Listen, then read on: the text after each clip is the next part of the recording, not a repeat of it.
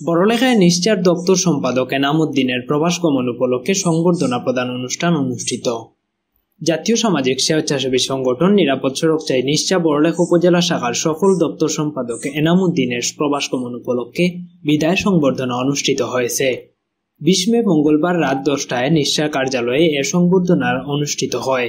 আয়োজিত অনুষ্ঠানে পবিত্র কুরআন তেলাওয়াত করেন কার্যনির্বাহী সদস্য মোহাম্মদ জাকারিয়া আহমদ।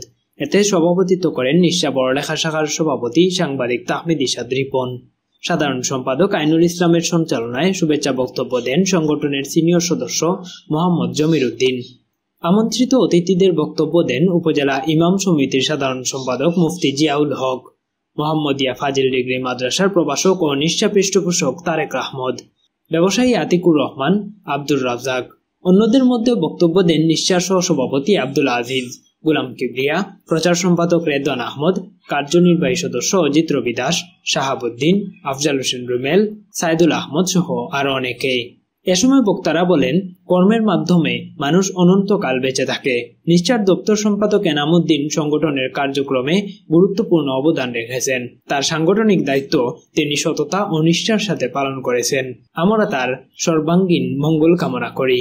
নিশ্চার বিদায়ী দপ্তর সম্পাদক সংবর্ধিত অতিথি এনামুদ্দিন বলেন, আমার প্রাণপ্রিয় সংগঠন তাৎক্ষণিক যে আয়োজন করে আমাকে মূল্যায়ন করেছে তা স্মরণীয় হয়ে থাকবে। বিদায় বেলায় নিশ্চার পরিবারের এই আয়োজন আমার অনুপ্রেরণা যোগাবে।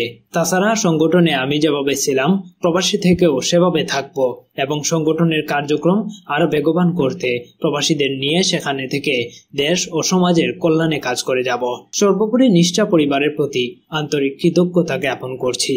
অনুষ্ঠানের শেষের দিকে অতিথিবৃন্দ সহ নিশ্চা পরিবারের নেতৃবৃন্দরা বিদায়ী দপ্তর সম্পাদক এনামুদ্দিনের হাতে সংবর্ধনা স্মারক তুলে দেন। পরে সকল প্রবাসীদের সর্বাঙ্গীন মঙ্গল কামনা করে বিশেষ মোনাজাত পরিচালনা করেন মুফতি জিয়াউল হক।